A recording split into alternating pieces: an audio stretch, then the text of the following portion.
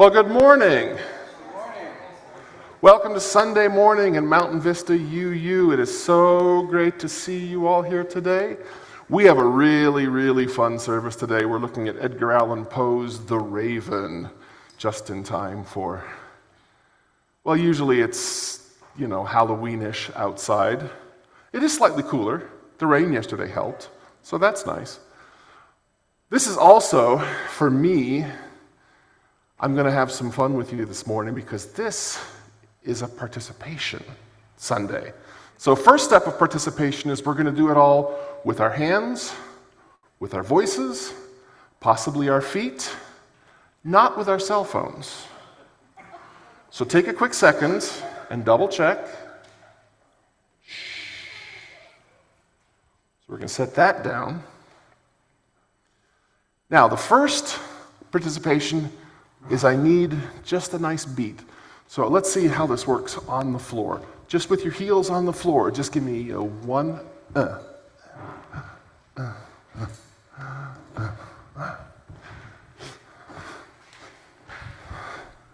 Don't speed up.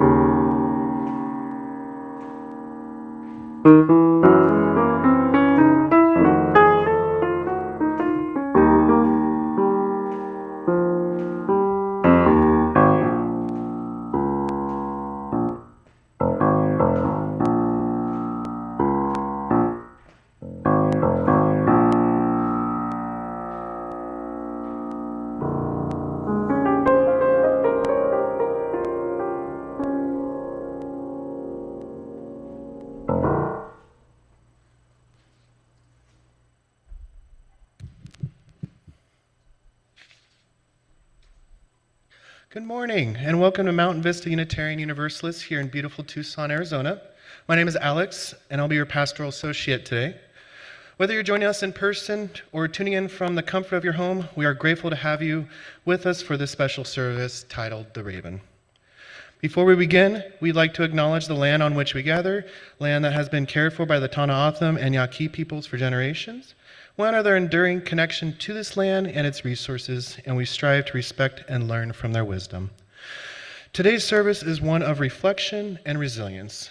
We'll be exploring the haunting beauty of Edgar Allan Poe's The Raven, but with a twist. We've taken some creative liberties with the poem, and we invite you to enjoy our lighthearted take. It may not be entirely reverent, but we hope it brings a smile to your face. Maybe even a laugh or two as we find new meaning and humor in the familiar darkness. For those of you joining us online, we welcome you too, and are so glad you're part of our community, no matter the distance. We hope this service brings you peace, inspiration, and a sense of connection. As we move through this time together, let us remember that we are never truly alone. We hold each other in spirit, whether gathered in this space or spread across the world. Thank you for being with us today. May this service be a source of strength, community, and maybe even a little mischief.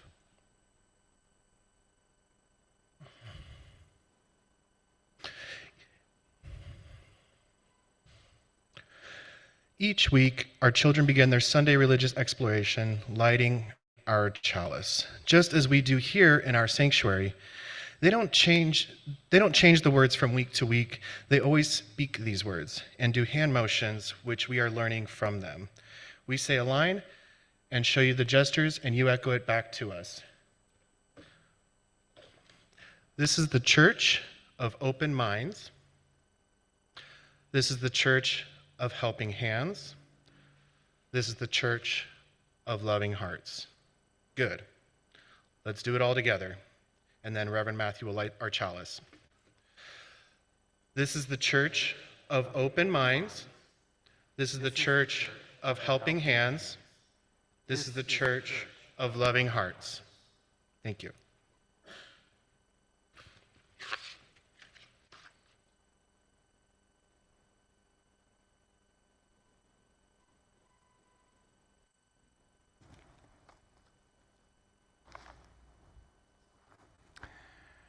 Well, we have a good deal to be thankful for here at Mountain Vista Unitarian Universalist. I'm thankful that we're all together today for a multi-generational service. I hope those of you who are interested in coloring have begun like I have. Jane, the coloring pages are out front and the crayons are with them. Yes, oh, go ahead. You can go right for it. Anyone else who missed one, please. There's several different images. Grab your coloring pages and the crayons. Remember to share those, because I know you can. We're grateful as well for all of the heads and hands and hearts who give their service here at MVUU. Our welcomers, Claudia, and Tom was assisting today. Our audio-visual squad, which we have Lee and Ann and Dan and Chuck. Today, all working together behind the scenes. We have our service leaders. We have Alex and Tom and Robin and Chris and Joel. And our hospitality crew, which we know that Joel does double duty with that. But also we want to recognize David for his, and he's very busy already. But thanks, David, for all that you're doing getting our hospitality ready. We couldn't make Sundays happen without all of these people. Our slides this month are using a particular art, and many people have commented they enjoy it. So we have a slide recognizing the artists. They're called Golden Cosmos. The name is from a Berlin-based duo, Doris and Daniel. And if you think that you might have seen their work before in major newspapers and magazines or even in popular children's books, you're correct. This month, they bring us Resilience in a geodesic dome set in the Arizona desert. It's an image that holds many meanings, but I'm particularly grateful to Golden Cosmos for allowing us to explore all the different ideas and meanings surrounding it. And speaking of gratitude for images, did you know that our image of the chalice, the flaming chalice, comes from anyone? The Unitarian Universalist Service Committee. You see, back in 1940, the then Unitarian Service Committee was helping refugees escape persecution from fascist countries in Europe. And they decided that they needed an image to help people identify them, to find a place where they could have help. And this is that original image. Noreen Kimball relates in her story, The Healing Cup, that Hans Dusch, an Austrian artist, who had escaped from Nazis in Paris, France, was in danger because he had drawn cartoons showing people how evil the Nazis were. Duch decided to create a symbol to print on the service committee papers to make them look more important to different officials. And for his drawing, he borrowed an old symbol of strength and wisdom from Czechoslovakia, a chalice with a flame.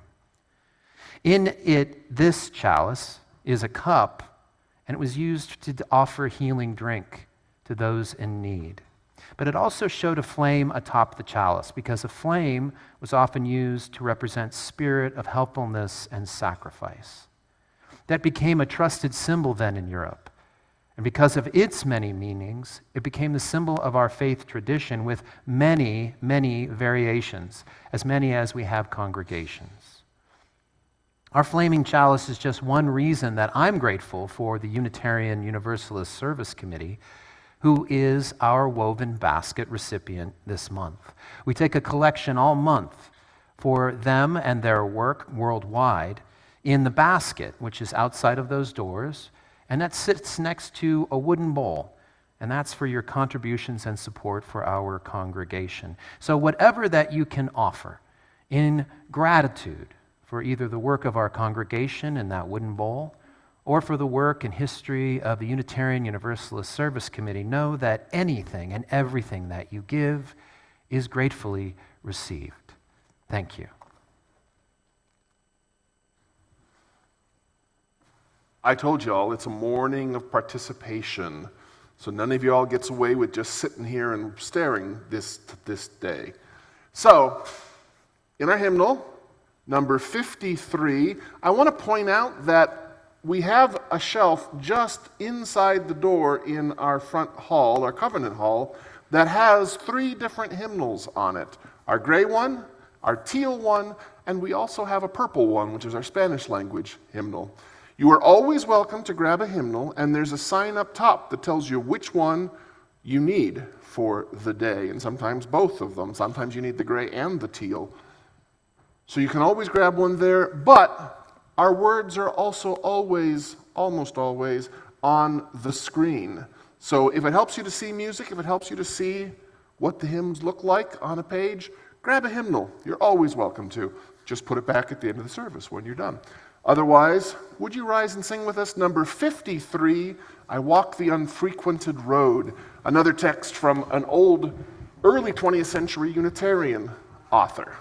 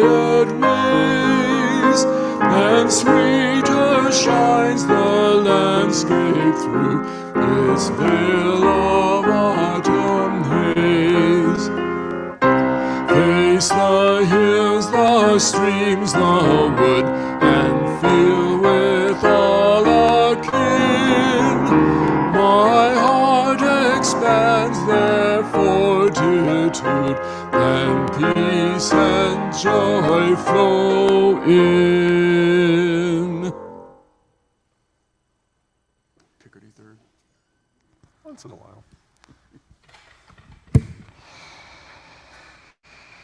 It's October. It's autumn, and as we just sang, it is this moment of change, of the seasons, and that only means one thing to me, and that's Halloween. The costumes and the candy and the spooky season.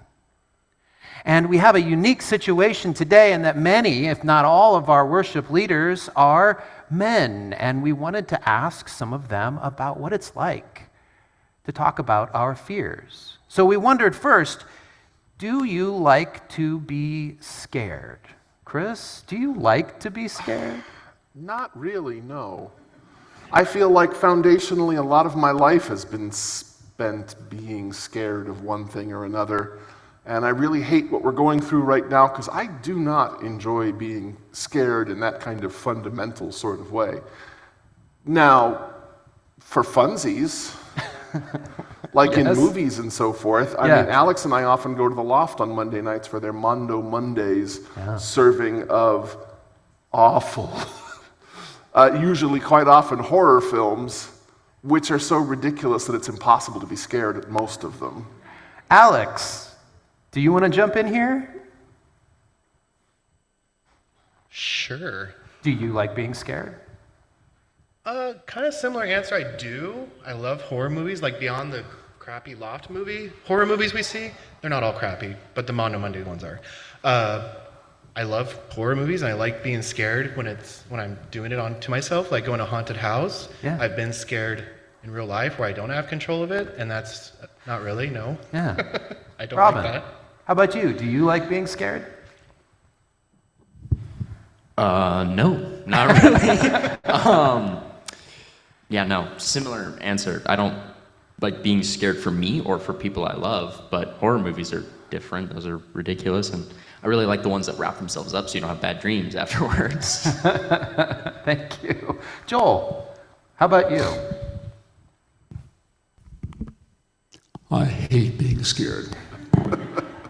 I remember standing up on top of the 3-meter board at the swimming pool and looking down at that pool, really, really far down, and really not wanting to be there at all. Yeah. It makes me wonder, I also don't like being scared, but I love reading The Raven, which we're going to do in a little bit. And it makes me wonder if there isn't a time and a place that you think it feels okay to be scared. Is there some situation or space that it works to be scared? Alex? I guess when you're trying something new, like when I started my new job recently, I left the job I was with for 6 years.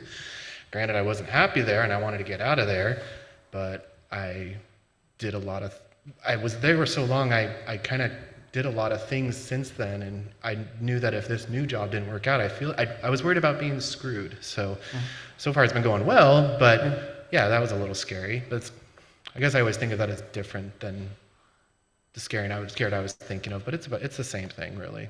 So nervousness, anxiety, you know. How about you, Robin? I think if I have to be scared, with people I love in community, family and this community, and yeah. Joel? If I can be assured of a positive outcome, I can endure it. Yeah. I don't know that I need the positive outcome so much, although I really work for that positive outcome. I appreciate the use of being scared as a way to kick you in the butt and get you to do what you need to be doing. Like a lot of the fear I'm feeling right now is like, okay, that means we have to do this, we have to do this, we have to do this. And hopefully we can find a way to take the fear away from myself, as well as try and make our community as a whole a lot less afraid. Yeah, that's the kind of place that I think it feels good to be scared, when we come together and we have enough courage to share our fears and hold that together. That just feels like a courage in community that makes it feel safe to be scared. Well, thank you, all of you, for sharing that. Appreciate that. You're up. Yeah.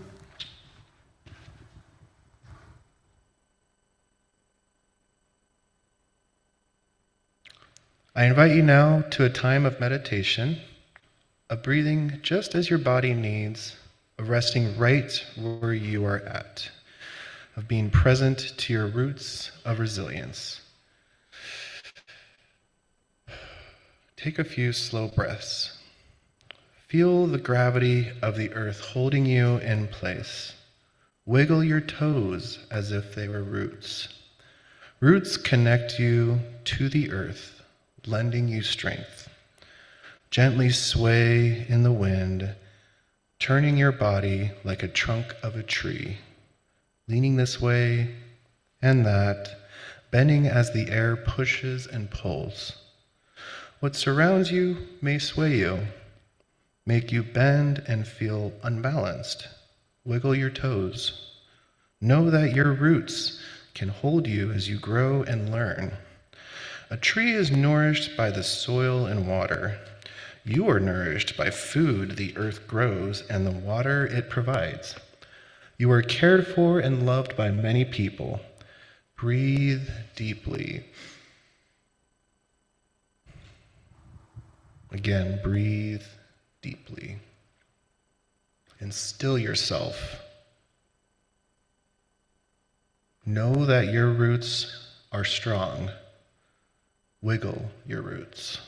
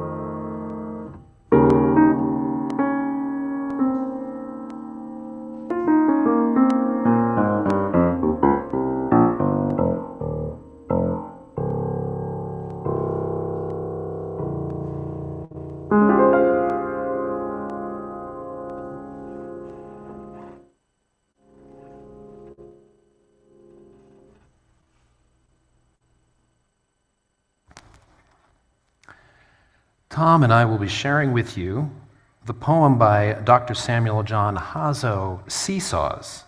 And while we're doing it, because I'm kind of caught by each line, we thought we would share those images with you, those words with you up on the screen.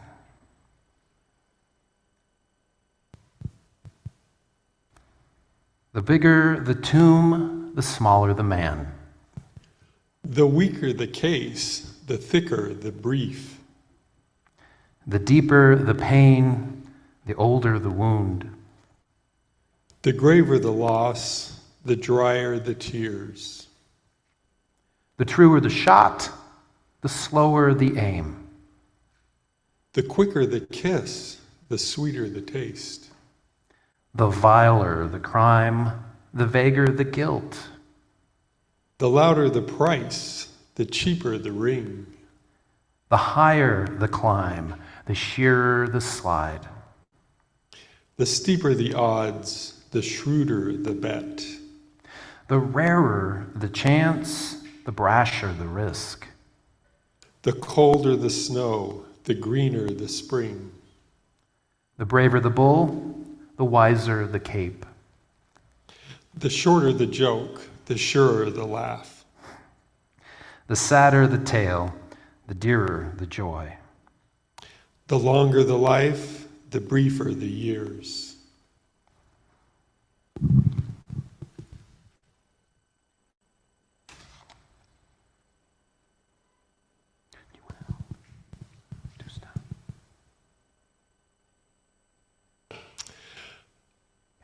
Our ceremony of joy and sorrow is about resilience. Life teeters between joys that lift us and sorrows that bring us down. We bring all of this here to be embraced in the resilience of community. Each Sunday, we pour out water, collected from the Sonoran skies, from flowing taps, from springs bubbling up from the earth. This is our congregation. We collect stones as containers for our sorrow, fear, grief, and for our joy, trust, and love. They have the strength of the earth to hold all this and more. Fill these stones with your heartbreak, anguish, pain. Fill these stones with your bliss, delight, and happiness. And when given permission, we name the joys and sorrows among us. We know that there are joys and sorrows yet unnamed, and sorrows which may not be ready to be given voice.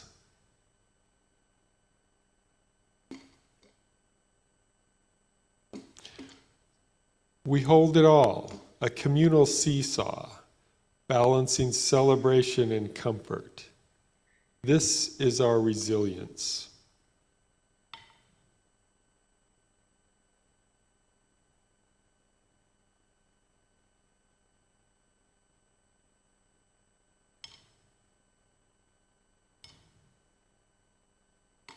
This is our persistence.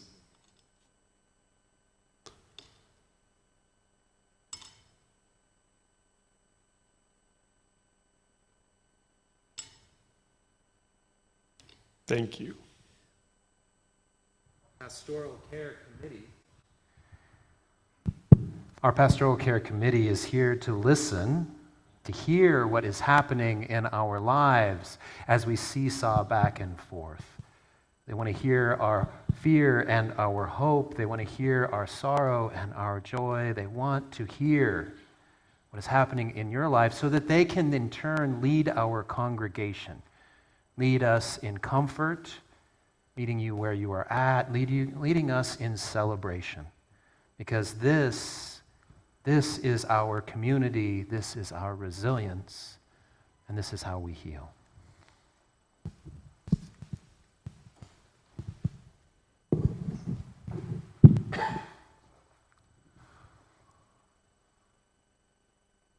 I warned you at the beginning of the service. This is a service of participation. We are not going to sit quietly and listen to the raven being read to us.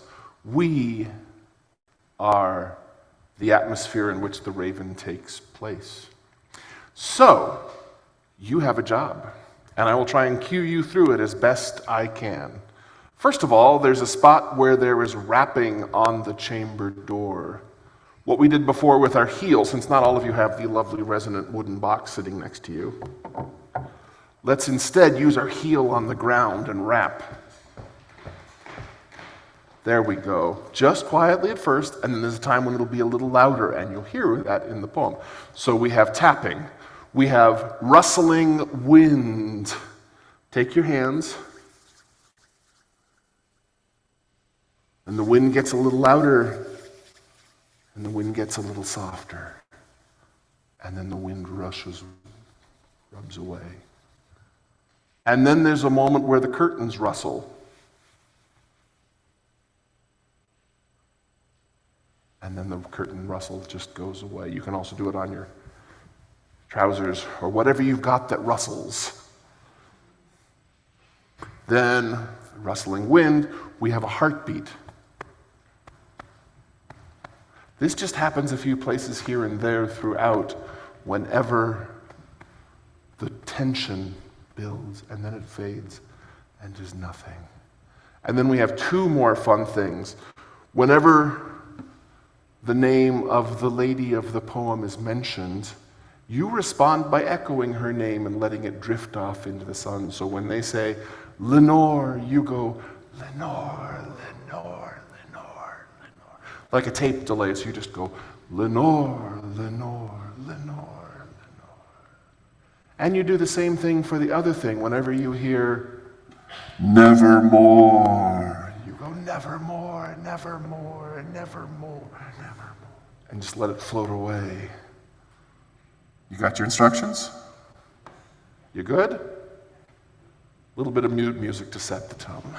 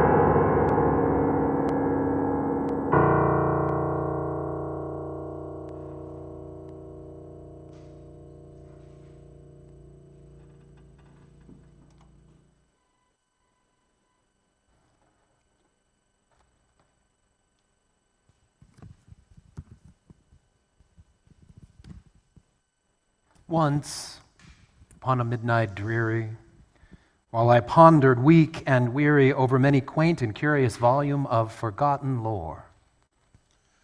While I nodded, nearly napping, suddenly there came a tapping.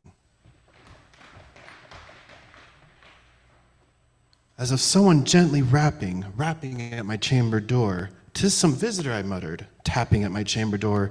"Only this and nothing more." Ah, distinctly I remember it was in the bleak December, and each separate dying ember wrought its ghost upon the floor. Eagerly I wished the morrow, vainly I had sought to borrow from my books surcease of sorrow, sorrow for the lost Lenore. For the rare and radiant maiden who the angels name Lenore.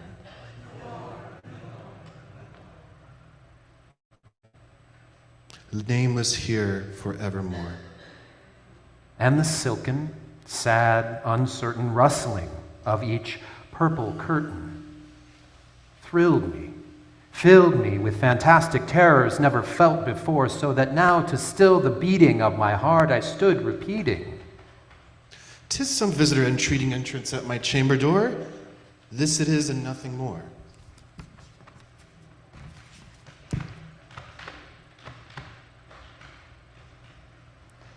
Presently, my soul grew stronger, hesitating then no longer. "Sir," said I, or madame, truly your forgiveness I implore, but the fact is I was napping, and so gently you came rapping, and so faintly you came tapping at my chamber door, that I scarce was sure I heard you. Here I opened wide the door.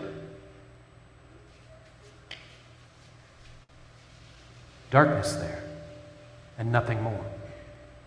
Deep into the darkness peering, long I stood there wondering, fearing, doubting, dreaming dreams no mortal ever dared to dream before. But the silence was unbroken, and the stillness gave no token. And the only word there spoken was the whispered word, Lenore. This I whispered, and the echo murmured back the word, Lenore. Merely this and nothing more. Back into the chamber turning, all my soul within me burning, soon again I heard a tapping somewhat louder than before.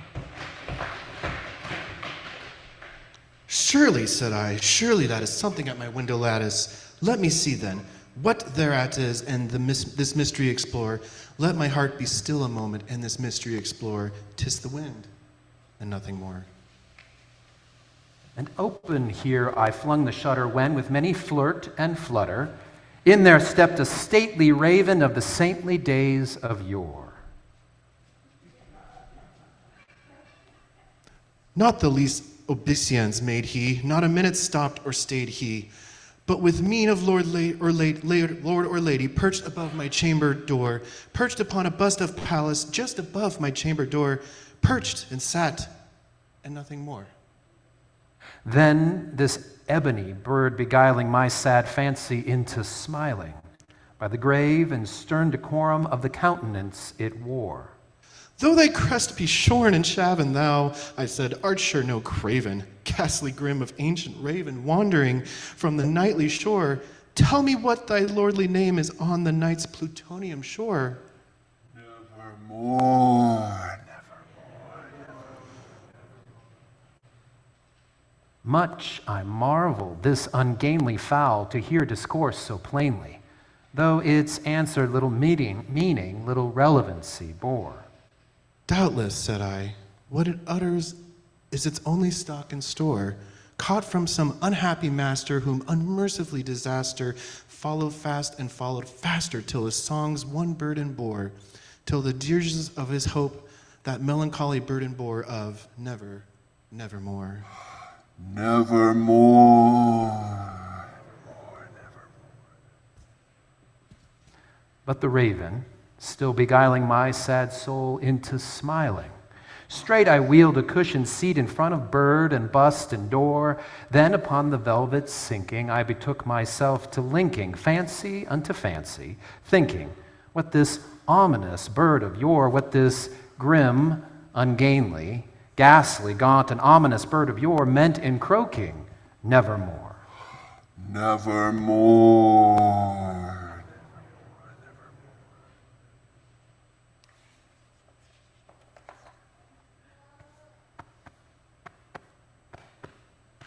Prophet, said I, thing of evil, prophet still, if bird or devil, by that heaven that bends above us, by the God we both adore. Tell this sorrow laden, if within the distant Aden, it shall clasp a saint and maiden whom the angels name Lenore. Clasp a rare radiant maiden whom the angels name Lenore. Nevermore.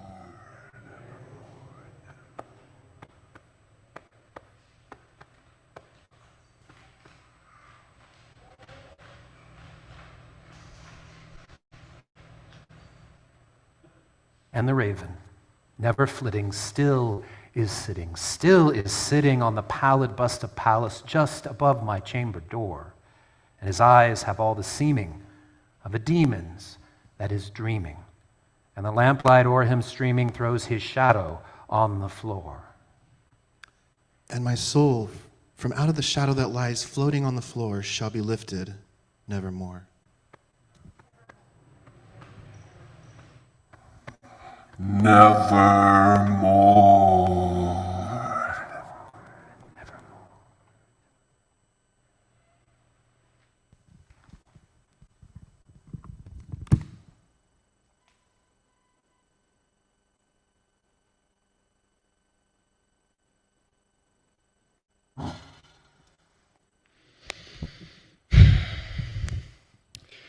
I am afraid. I am afraid of all that is happening in our country, in our world, and I am afraid of this. Public speaking is hardly something I would consider fun, but we cannot allow ourselves to act, or in this case, to not act, out of fear. Because then we miss out in the chance to learn or find joy, or worse, even than that, we lose out We lose the joy we once had. The Raven is a story of exactly that. The student in the poem is so terrified of losing Lenore that they cannot see that they already have. And they have barred themselves from entering a new and changed relationship with Lenore. And thus is not simply failing to find new joy, but also denying the old joy they felt in the presence of Lenore. Many will tell you that fear is a weakness. The world today is shouting it. I believe all those who believe that to be afraid is weak, all those who would wish us powerless, they all want us afraid because they fear that they are wrong. I believe they are. I do not believe fear is weak. I believe fear is the mind killer, as spoken by Paul Atreides, a young man trying to find his way in the world of Frank Herbert's science fiction novel Dune. The moment you give in to fear, you lose control of your actions. We cannot allow ourselves to lose control, and lose control of our actions to lose control of our. We cannot allow ourselves to lose control. For to lose control is to act out of fear, and when we act out of fear with no thought of consequence, we can cause great harm to ourselves and others. So, when we are afraid, as I am right now, and I'm sure as many others in this room are today, we must remember to think, to maintain control of ourselves, and remember that fear is the mind killer. And something else that our dear friend Pop Scripture, dear friend here at Mountain Vista Unitarian Universalist, friend Pop Scripture has taught me, fear cuts deeper than swords. The first lesson taught to the girl Arya Stark by her teacher Ciro Ferrello in George R.R. Martin's A Song of Ice and Fire, more commonly known today as the hit HBO series A Game of Thrones. It means that your fear in and of itself can and will, if you allow it, hurt you more than the object of your fear ever could.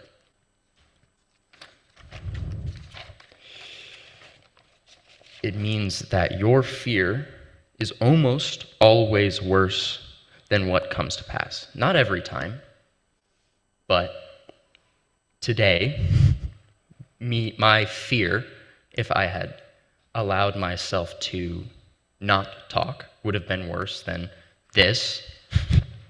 This is not that bad.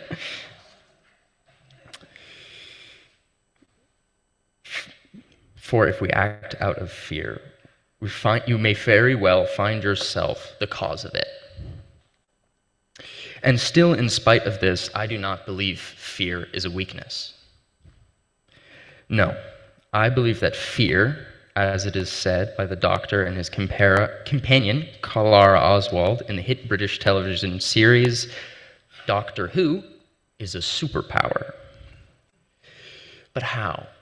How can fear be the mind killer, cut deeper than swords, and be a superpower? Well, if you asked me, not that you have to, I'm going to answer anyway, because that's part of this, but I would tell you the truth. I don't really know. But I would tell you what I do know. And if I might quote Doctor Who one more time, I'm almost done, I promise. Fear doesn't have to make you cruel. Instead, indeed, it must not, because if it does, you will become the very monsters you fear. Fear doesn't have to make you cruel. as long as you remember, it will kill your mind if you let it. Your fear can hurt you more than what you fear if you are careless with it. And most importantly, it is okay to be afraid. Thank you.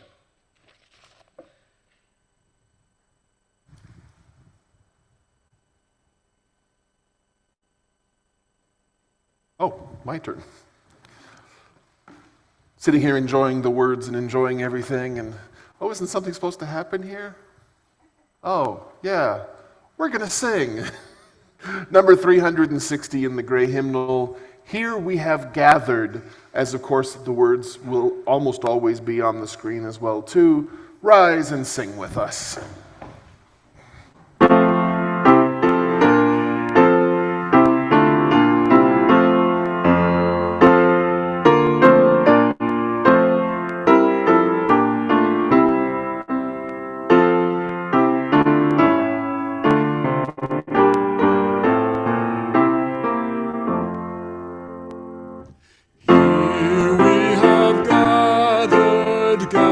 Side by side, circle of kinship, come and step inside.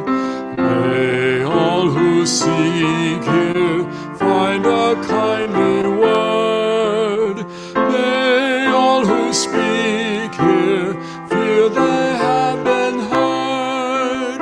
Sing now together this our heart's own song. Here we have gathered, called to celebrate days of our lifetime, matters small and great. We of all ages, women, children, men, infants and stages, sharing what we can. Sing now together this our heart's own song. Life has its battles, sorrows and regrets, but in the shadows let us not forget. We who now gather know each other's pain. Kindness can heal us, as we give we gain. Sing now in friendship this our heart's own song.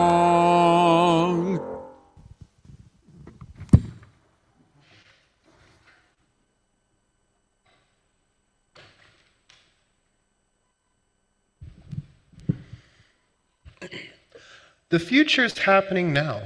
It's on its way.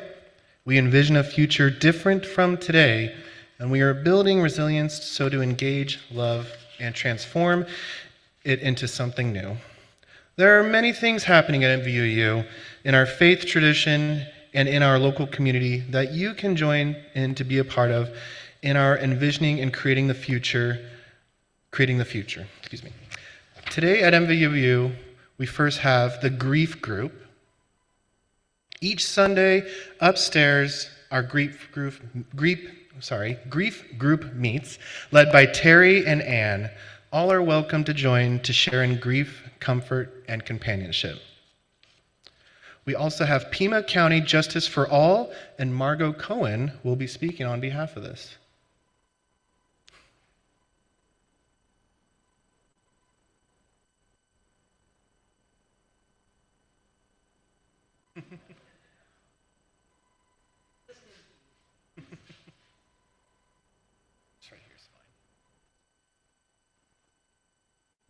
Thank you very much, and peace to all. You know, I'll just take a couple of minutes, but as I was listening to the words about fear, I kind of changed what I was going to share with you. I want you to think about what it would be like if every single day we all, lived in fear. Fear that the person that we love that goes off to work won't come home, fears that the kids at the high school are picked up as they walk out after school, fears that our families will be torn apart and will have no recourse. At this moment, I've practiced immigration law for probably 50 years. I've never seen such a horrific moment. People go to immigration court alone. It's an administrative proceeding. It's not a criminal proceeding. And they go ready to tell their story about their U.S. citizen spouse and their U.S. citizen kids, and they're proud, and they take the diplomas and the gold stars, and they want to talk. And they're set for another hearing, but when they walk down the elevator, ICE is waiting, and they take them out the back door into the parking lot that's closed, so that where none of the people that are waiting out front with open arms to tell them we're here to support you and your family can't reach them. And then they're immediately deported. I've never seen this kind of deportation so fast. Almost within the hour, they were calling from Nogales, Sonora, saying they've been deported, even though the judge said they have another hearing. This kind of horror that is being administered to our friends and our neighbors and our coworkers is something that I've never, ever seen. And it makes our petition and our initiative that much more important. Because if folks walked in, the people that walk in with a lawyer walk out with a lawyer. And they don't go down the elevator alone. And they don't get picked up and put on the bus, and they don't end up in Nogales. But only about 3% of the folks that are in immigration court in Tucson have a lawyer. And so that's what this is all about. We were here last Sunday, and I must say it's a great honor and a privilege to pray with you and to share service with you. I think everybody signed. You might have all signed. So today we're here to ask those that didn't get a chance to sign, but also to ask you, would you be kind enough to take a petition and just get 15 signatures of people you know that share your values about how we treat people in Tucson, Arizona. And I want to close with one short story, because it's one that I've never seen before in all these years, and it's one that I hardly can tell without crying, as you can tell. I went to a family home a couple of weeks ago, and they broke down the door. And living in this home was a grandmother in a wheelchair, her daughter, who I think was around 35, and the daughter's daughter, who I think was about 8. They broke down the door and they started dragging Mom out in her chair, dragging her out and the grandma out in the wheelchair. So her daughter got a hold of the chair and said, stop, what are you doing? Nobody showed any badges, any authority, any search warrant, no, nada. Just broke down the door and went in the house. They turned the daughter around, face first, and they threw her on the sidewalk. And they broke both sides of her collarbone and the bones in her face. She was taken to University Hospital. 40 minutes later, she was deported. She was in the hospital for 40 minutes, and she has all these broken bones. They left that baby on the street in front of the house. And if it wasn't for the neighbors that had all lived together for a few years on that block, what would have happened to that baby? This is happening in our town. And I don't know how many of you have been here for forever, and how many of you have just come to bless us with your presence. Because I'm really proud of Tucson and who we are and what we do. I have never seen these kind of horrific things. That's why this is so, so, so important, that people have a place to go and say, I came in, 25 years ago, but I've never had money to hire a lawyer to fill out the form so that I can correct my status. Or I'm in immigration court, and I'm married to a citizen, and all my kids were born here. That's why we need your help and your support. I think this is like the guy with the hook. No, it's recognizing that you're raising a lot of emotions and fear. It's also recognizing we stand shoulder to shoulder We do. when we do this kind of work. And we stand shoulder to shoulder with the people that you've named.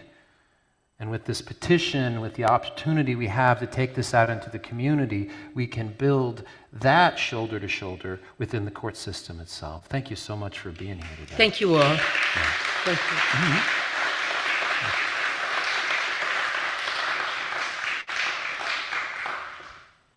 Thank you, Margot, for speaking.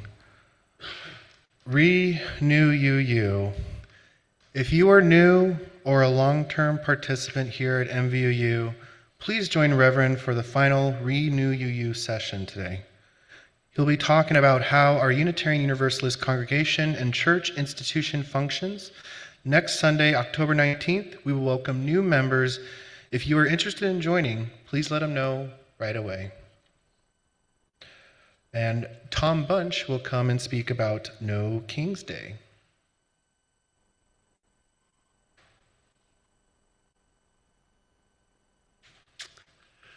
So, a lot of protests and marches and rallies. These are one way that some of us find is useful to express ourselves. Some have described it as an adult temper tantrum. Others, like me, feel like it's just a big group hug. And we get another opportunity next Saturday, No King's Day, the second version. The goal is to, across the nation, is to have 10 million people in the streets. And here in Tucson, a lot of people have done a lot of the hard work of organizing to make protests available, rallies, marches. The large one will be downtown Tucson at El Presidio, and that is from 8 to 10 Saturday morning. But there are three others, one in Oro Valley, the corner of Oracle and Pushview Lane. That goes from 8 to 12. And then there's one at River and Via Entrada from 8 to 10, and another one at Speedway and Country Club. So wherever it makes sense, if this is some way you feel is important to express yourselves, please show up. And if you're out of town, protest where you are. And be sure and send pictures. And afterwards, I have details on pieces of paper, if you're a pieces of paper person. And you'll also be getting this in the Wednesday action alerts. And so I'll be out in the corner, out on the patio, and we can talk about where we're going, if we need to get together as a group or go and share cars. Just meet me afterwards. Thank you. Thank you, Tom. CPR and first aid training, ready to help keep our community safer? We'll help you prepare. Join us for our CPR first aid training class on November 1st, 9 to 12 p.m. Register using the link in the newsletter or flyers in the Oasis room. Rising resilience. Nearly 1 year after the 2024 election, we live in America dramatically different, and we live in a time of rising resilience. On Saturday, November 1st, we will gather here at MVUU to gauge where we are as a country and plan for the future. We'll welcome our broader community, people of many faiths, and people who are organizing for justice. We'll welcome two speakers, Chris Crass and Dina Hayes Green. We'll break bread together, we will sing, come for one part or come for it all. But come and be a part of our rising resilience. Fall Festival is coming up. We hope you will join us for our second annual Fall Festival happening on Saturday, November 15th, 3 to 5 p.m. We open our church house doors to our neighbors to welcome families, friends we've never met before with games, prizes, music, food, and lots more. In addition to all of these things happening, please join us following the service for refreshments and fellowship. This is our cherished time to renew our community and welcome all of our guests and friends into MVUU.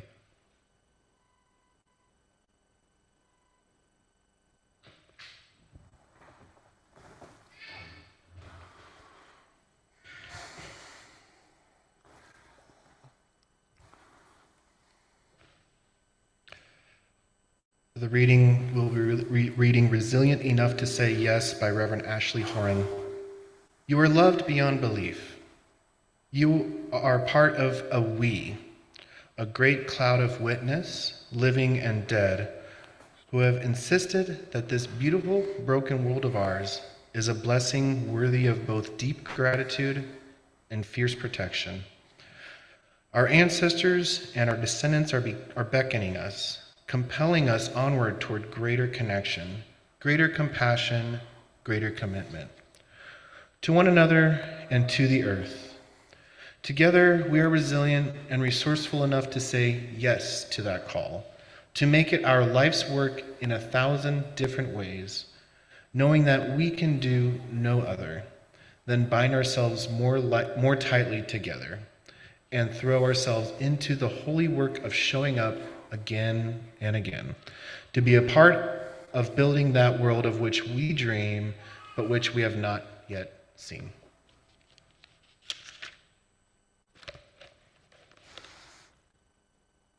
Go in joy, go in hope, go in love, knowing that together we hold fear. We hold fear, and we transform it with our lives. I'm supposed to lead you through a song, and I'm going to in a second, but I have to say, I really just want to get on the floor with the beanbags and the coloring books, and that looks like so much more fun than what we're doing sometimes. There's two things that almost always get me through when I'm feeling scared, like I am right now.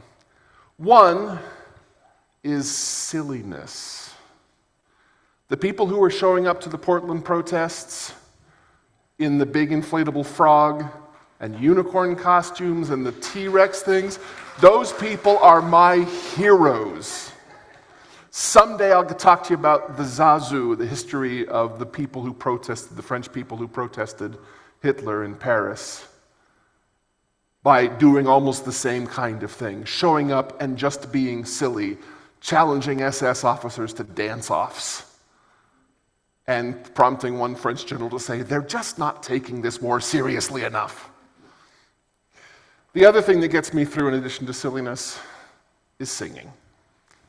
You could have guessed that, couldn't you? So, I want to try something a little different. You're kind enough to let me have the last word, usually. This time I want to help you guys with some singing. There's a wonderful song in the Justice Choir Songbook, which is another resource you all should be super familiar with. We've sung some stuff out of it, and we're going to continue to sing some stuff out of it, justicechoir.org, if you want to learn more about it. This is a song by Abby Bettinas called Resilience. It's easy, it's only about this long, and you'll learn it real fast. Can we have the words up? It's 4 phrases. Resilience, we are strong. Resilience, we are strong. Shoulder to shoulder, keep moving on. Shoulder to shoulder, keep moving on. Resilience, make a new plan. Resilience, make a new plan. Stand up again and say, yes, we can. Stand up again and say, yes, we can. And you cannot sing this song sitting on your butts, so up you come. Up you come. If you're going to sit, make sure you're sitting nice and tall. Let's try the whole thing. Resilience, we are strong. Shoulder to shoulder, keep moving on. Resilience, make a new plan. Stand up again and say yes. Now the fun thing of this is this song just loops around. So 1, 2, 1, 2. Resilience, we are strong. Shoulder to shoulder, keep moving on. Resilience, make a new plan. Stand up again and say yes, we again. Resilience, we are strong. Shoulder to shoulder, keep moving on. Resilience, make a new plan.